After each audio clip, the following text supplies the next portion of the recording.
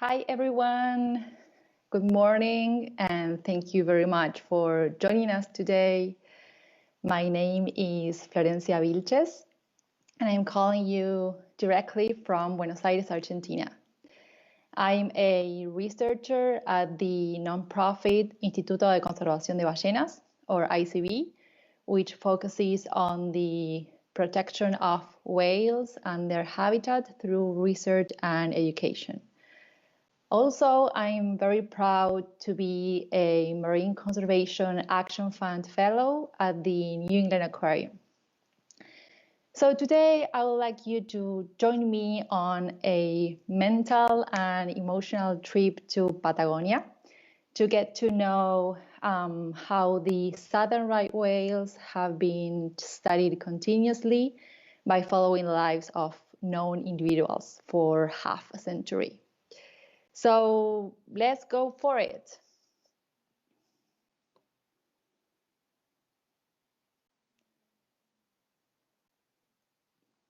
So first, let me tell you a bit more about the Instituto de Conservación de Ballenas, ICB.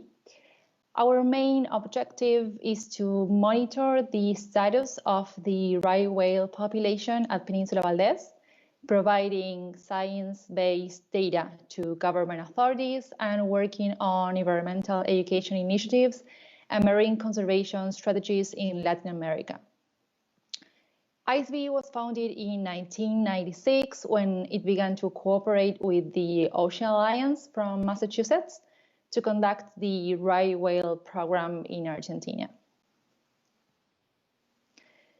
The southern right whales look pretty much the same as the North Atlantic right whales, which inhabits the waters of the east coast of the US. However, these two are different species. In fact, the two right whale species in the northern hemisphere and the southern right whales have been separated for about the same amount of time as humans and chimpanzees. Within southern right whales, we can recognize 4 different populations, and by population, we refer to the group of individuals that share the same environment at the same time, so they can mate with each other. We have the population that calves in South Africa, a second one that do so in Australia, another one that calves in waters of New Zealand, and the fourth one that uses the waters of Peninsula Valdez in Argentina as a calving ground. The name right whale has a sad story. It was given to them by whalers because, as you can see, they move very slowly. So they were considered the right whale to kill. They also swim very close to the coast, they float after dying, and also have a thick layer of blubber on their backs. So whalers took advantage of that to transform that blubber into oil for lighting houses and streets back in the day.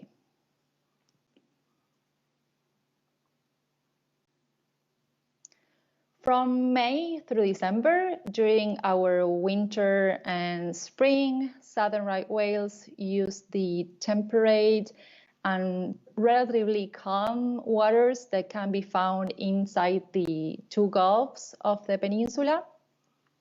And they use these waters to give birth, raise, and wean their calves. The southern right whales are the iconic animal of Peninsula Valdez, but they are not the only ones there. Actually, due to its rich and valuable biodiversity, Peninsula Valdez has been designated a UNESCO World Heritage Site and a natural protected area by Argentine authorities. You can find these beautiful landscapes from those high cliffs. Also, besides its biodiversity, it has one of the most colorful sunsets in the world. And whales are literally everywhere, and they can get really, really close to shore. You can do both whale watching from boats and also whale watching from the shore.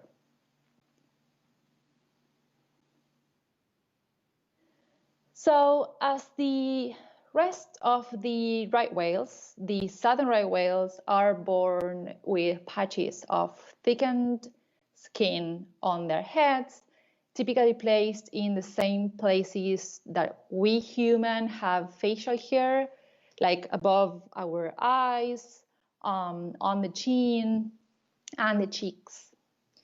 These patches are covered with small invertebrates called cyamids or whale eyes, and they cannot live in any other place different from the head of a right whale. Those are the cyamids. So the number, size, and position of each callosity patch is exclusive of each whale. Here we can see two examples of two different right whales. The one on your left has a continuous pattern, while the one on your right you can see it has a broken kind of pattern. Also, here you can see from these two pictures showing the same individual taken in 2 different years, callosity patterns remain almost unchanged along the years.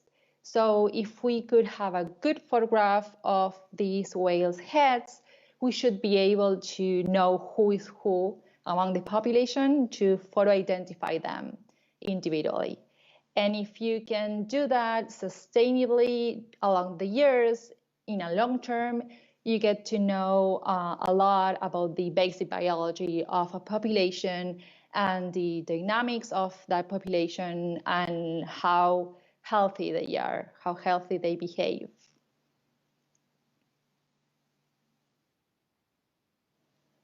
And this is what Ocean Alliance and ICB members have been doing since 1971.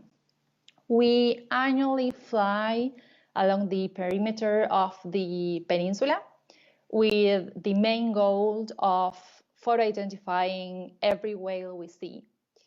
We record their location and whether it is with a calf or not. As a result, we accumulated long life histories of over 3,800 individual whales and built 5-generation family trees, including from great-great-grandmothers all the way to great-great-granddaughters and sons. This is a huge job, and it has been led since the early 70s by Victoria Roundtree, who is the co-founder of Ocean Alliance and the curator of the catalog. So the repeated sightings of known individuals let us document very valuable scientific data, just like the one generated actually by the catalog curated by the North Atlantic right whale team at the New England Aquarium. Among other things, for instance, we know now that females reproduce on average once every 3 years, that their average age at first calving is 9 years. Some of them have their calves for the first time earlier at the age of 6, for example, but on average, their first calving age is 9 years. Also, we know that this population is growing at an annual rate of between 5 and 7. It slightly changes along the years. And also the population estimated size is between 4,000 and 5,000 whales. Besides our annual aerial survey, we incorporate other kinds of information to our catalog. We, for instance, compare it to other catalogs which are curated by researchers working in other areas where this whale population inhabits, such as Brazil, which is another calving ground for this population, and also Malvinas and Georgias del Sur Islands, which are feeding grounds. Also, we take advantage of this long-term catalog to learn about the reproductive history of whales we are studying. Tracking whales is a satellite tracking project, and it began in 2014 with the main objective of learning the migratory routes and feeding areas of the southern right whales, which reproduce in Patagonia. It is carried out by several international and national institutions, including NOAA, WCS, and also ICB, among many others.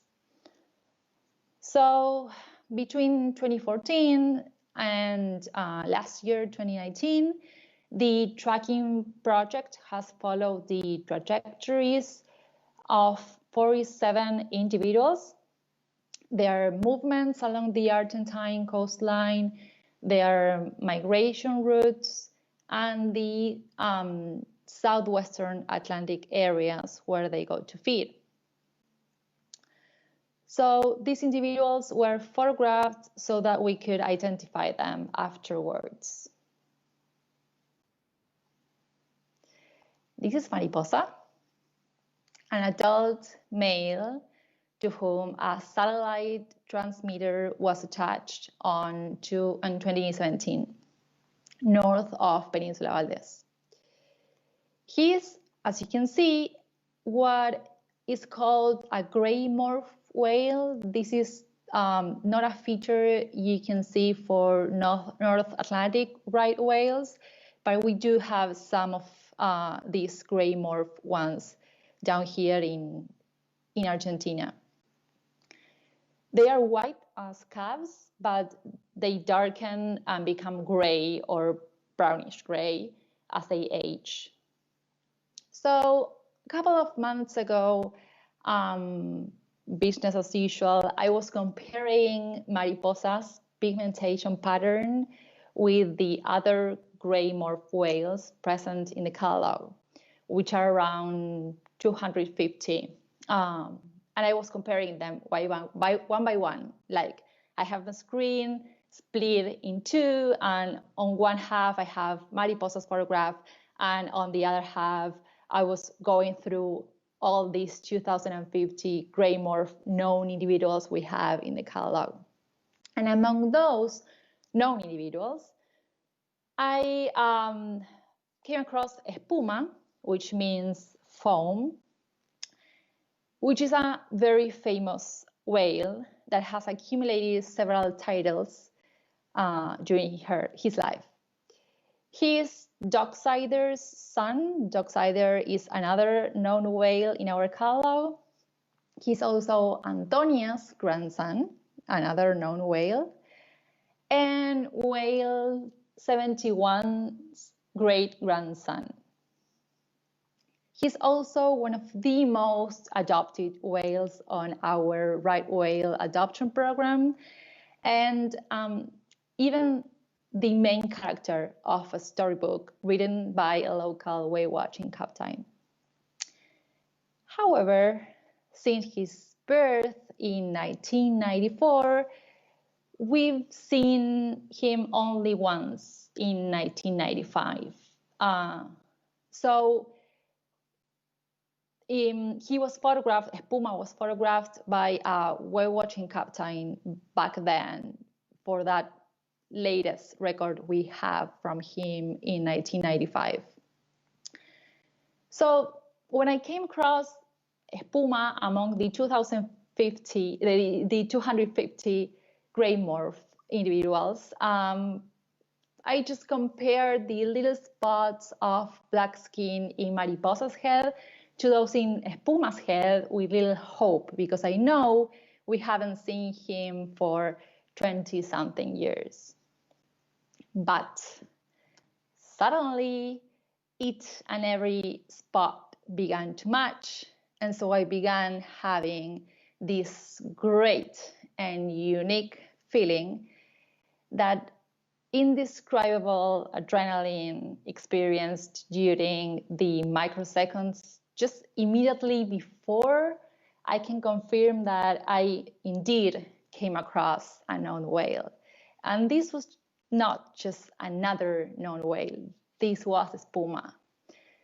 So after 22 long, very long years, we can now say, welcome back, Espuma.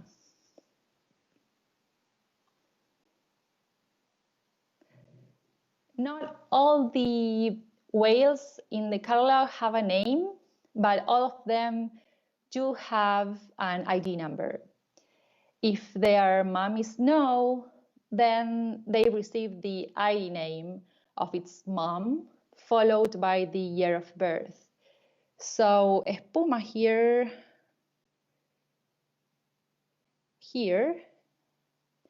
Espuma, if you can see its ID name, you realize that he's the son of whale 71, 75, 87. And his mom actually has a name, as I mentioned before, it is Doxider. Then Doxider is the daughter of whale 71, 75, Antonia. And then Antonia, who was born in 1975, is the daughter of whale 71. Whale 71 does not have a name and was first identified as an adult, so we don't know who her mom is. So just by looking at Espuma's ID name, you can see he belongs to a 4th-generation family. Here on the left, we have the aerial photos we took of Espuma on its year of birth, which, as you can see, barely show the pigmentation pattern. This match, therefore, wouldn't have been possible if it wasn't for the boat-based and close shot provided by Rafael, one of the whale watching pioneers at Peninsula Valdez. And this is a good example of the valuable role played by whale watching operators in the whale research and conservation. And here is all grown up Espumita, being as sociable as he was while being a baby.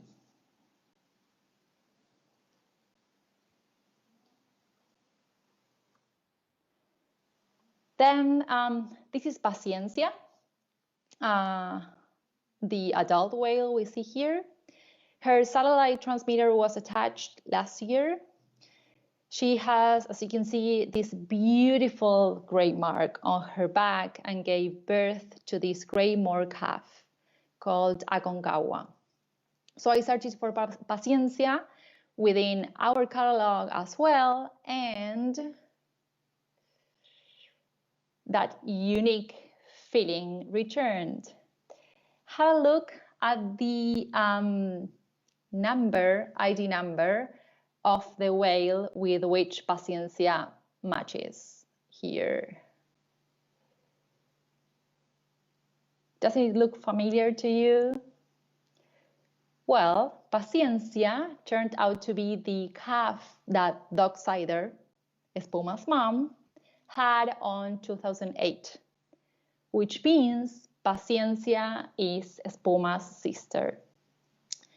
In the lower photo, you can see Basiensia with her mom, Doxider, here. And that photo was taken in its year of birth. Inside that light blue circle with a pinch of faith, you should be able to see Basiensia's whitish backmark with which we were able to find the match. It's quite difficult to identify whales on their year of birth due to their tiny heads and the distance between them and the plane from which we take the photos. So when whales have this kind of pigmentation patterns, we use them for photo ID.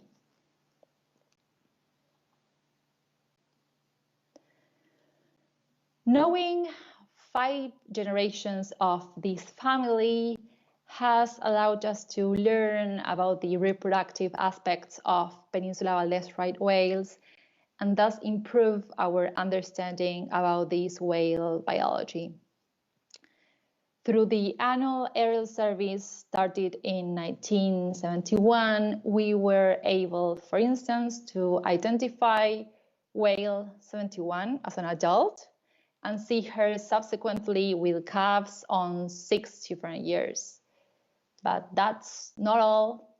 As I mentioned before, besides our annual aerial survey, we incorporate other kinds of information to our catalog, including comparing it to other catalogs curated by researchers working in other areas used by these whale populations, such as Brazil.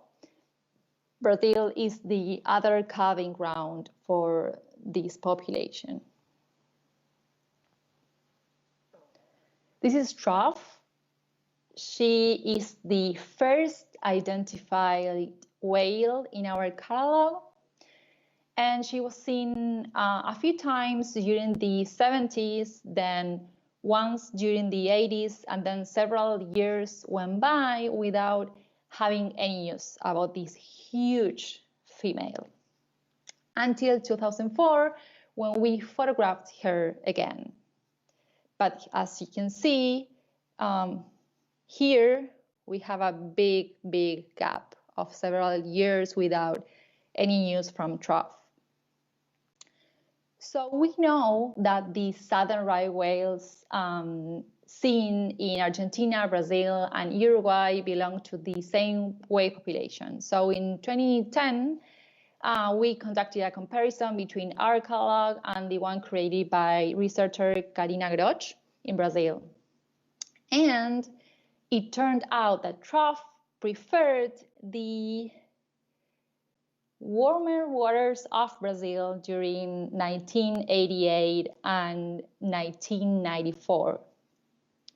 This year, after a decade since that comparison, we conducted a new and updated comparison between the two catalogs and found 124 matches. Among them, again, our traveler Trough surprised us swimming across these green Brazilian waters on 2011. This latest record of Trough shows how whales alternate the usage of different calving areas along years. The thousands of kilometers traveled by Trough and many other southern right whales we know alternate their calving grounds are just another example of how conservation on a local scale is totally necessary, but definitely not enough to protect migratory species such as right whales. Finally, I would like to share with you that during these last 4 decades, a very vigorous whale watch industry has developed at Peninsula Valdez, mainly in a town called Puerto Piramides, which has less than 700 inhabitants. The operators in the 6 whale watch companies take thousands of close-up photos every year and have independently curated what is now a large collection of boat-based whale photos. Although the southern right whales have been definitely recognized as an iconic species here in Argentina, it is the community of Peninsula Valdez, the one especially that fully recognizes the right whale's cultural, social, economic, and also environmental value. So in 2016, we began a collaborative project to incorporate the whale photos taken by them, by the whale watching operators during their trips into our 50-year catalog. And as a result of that, we received 500,000 whale photos. Now, less than 2% of that huge amount of photographs have been analyzed and already provided very novel, valuable, and supplementary information, such as the addition of new individuals to the catalog, the increase in the number of sightings of previously known individuals, the determination of the age of known individuals, and the extension of the information on calving intervals of known females, which is a proxy for their health status. So all the findings of this project are shared annually with the local community during these meetings we hold in the Whale Watching Guide Association's office. Here, I love this photograph. We are showing them how whales are identified in the computer-assisted program we use. And for that demonstration, we did not use just a random whale, but we used a whale photo taken by them. And of course, we know that whale was present in the catalog, but they didn't. So these happy faces were the ones they had after finding the match by themselves, based and thanks to a photograph taken by them. So this study demonstrates how cooperations between researchers and engaged citizens can provide invaluable information to our knowledge of right whales, their health, and their population dynamics. So if you'd like to know more about our work, how you can actively contribute to whale conservation and even adopt Trough or some of the members of Espuma's family, then please visit our website basiensias.org.ar. And now I'm ready to take your questions.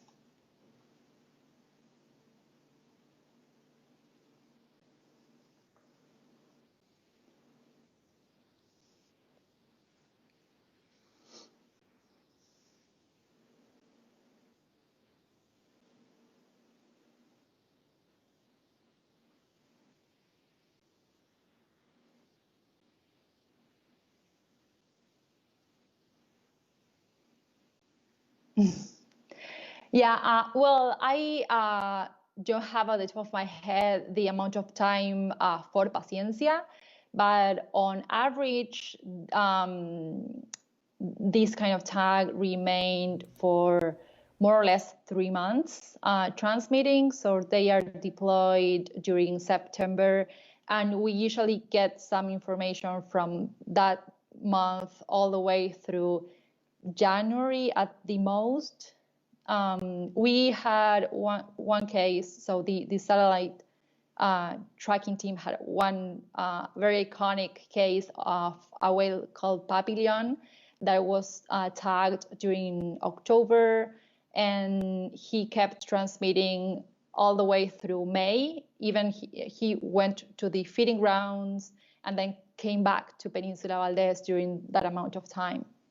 But it depends a lot on how the tag is deployed. And when we are talking about mother and calves, they have a lot of physical contact. The calves usually put himself or herself on top of the mom, and for those cases, it's more likely that the tag just falls.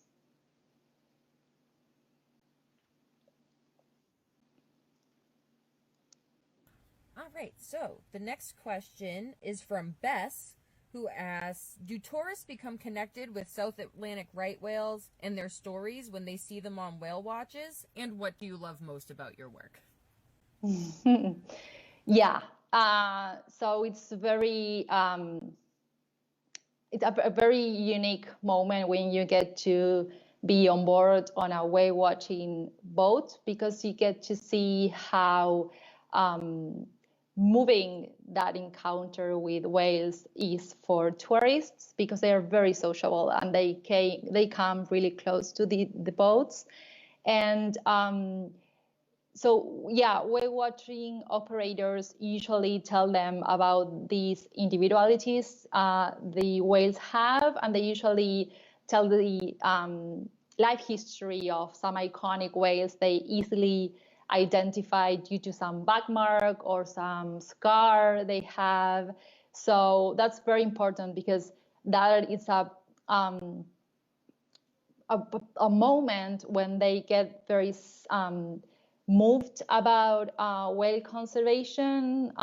So the fact that they have this information about their individualities, the fact that it's not just an ocean of whales, and it doesn't matter really who each of them are. They realize that that's not the case. They realize that each whale matters, because each of them provides something different and important to the population, and they definitely take that very special message with them home.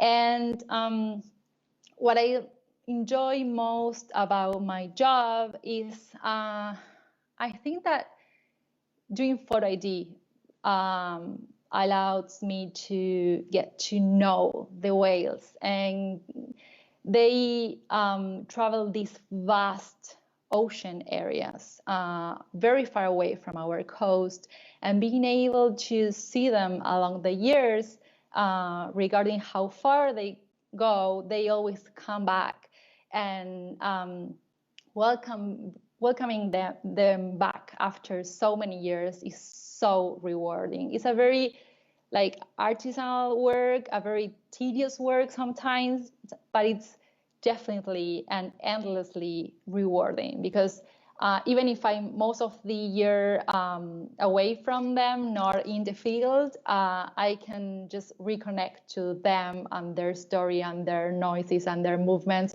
through their photographs annually. And I have, as a result, the opportunity to tell people these whale life stories and see how the faces of people changes while I'm sharing these stories with them. That's the best thing, I think, of my job. Well, that's fantastic.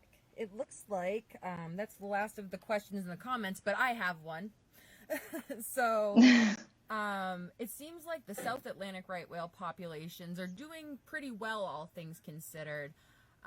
Can you speak to some of maybe the differences and challenges that the South Atlantic population faces compared to the North Atlantic population? Yeah, definitely. Well, I think that the identities of the threats that ones and the others have are quite different. So the North Atlantic right whales are threatened mainly by ship strikes and entanglements in fishing gear. That's in great part due to the huge marine traffic that it's going on in the US East Coast. while on Patagonia and the southwestern Atlantic in general, we don't have that much traffic. So really the percentage of known whales showing a kind of scars that were provoked by ship strikes and entanglements, it's not higher than 2 or 3%, which is striking because I had the chance of working with, just briefly with the North Atlantic right whale catalog, and I know that 80% of those whales show these kind of scars. Our whales are threatened as well, but by other threats such as the harassment of gulls, of kelp gulls. They learned how to feed on the skin and blubber of living whales, and this causes like very big injuries, lesions on their backs, and mainly for calves, this causes high amounts of stress because they are in pain.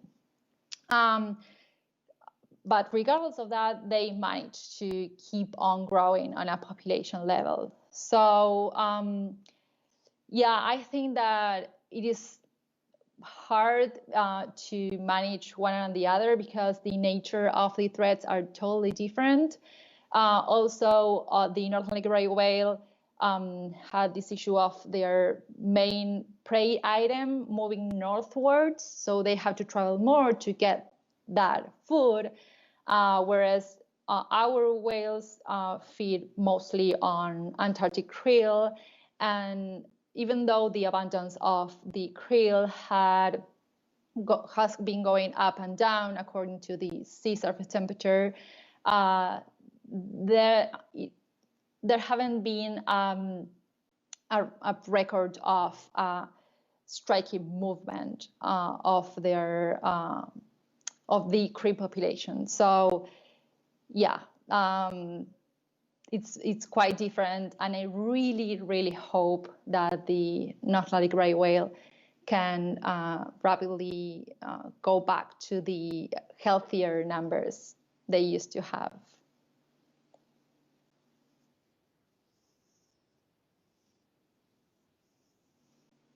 Okay, so again, thank you very much for joining us today. I really enjoyed sharing with you a bit of our southern right whales and their sightings history. So again, if you want to know more about our work and how you can help actively in whale conservation, you can visit our website, basiensia.org.ar. And thank you to the New England Aquarium also for having me.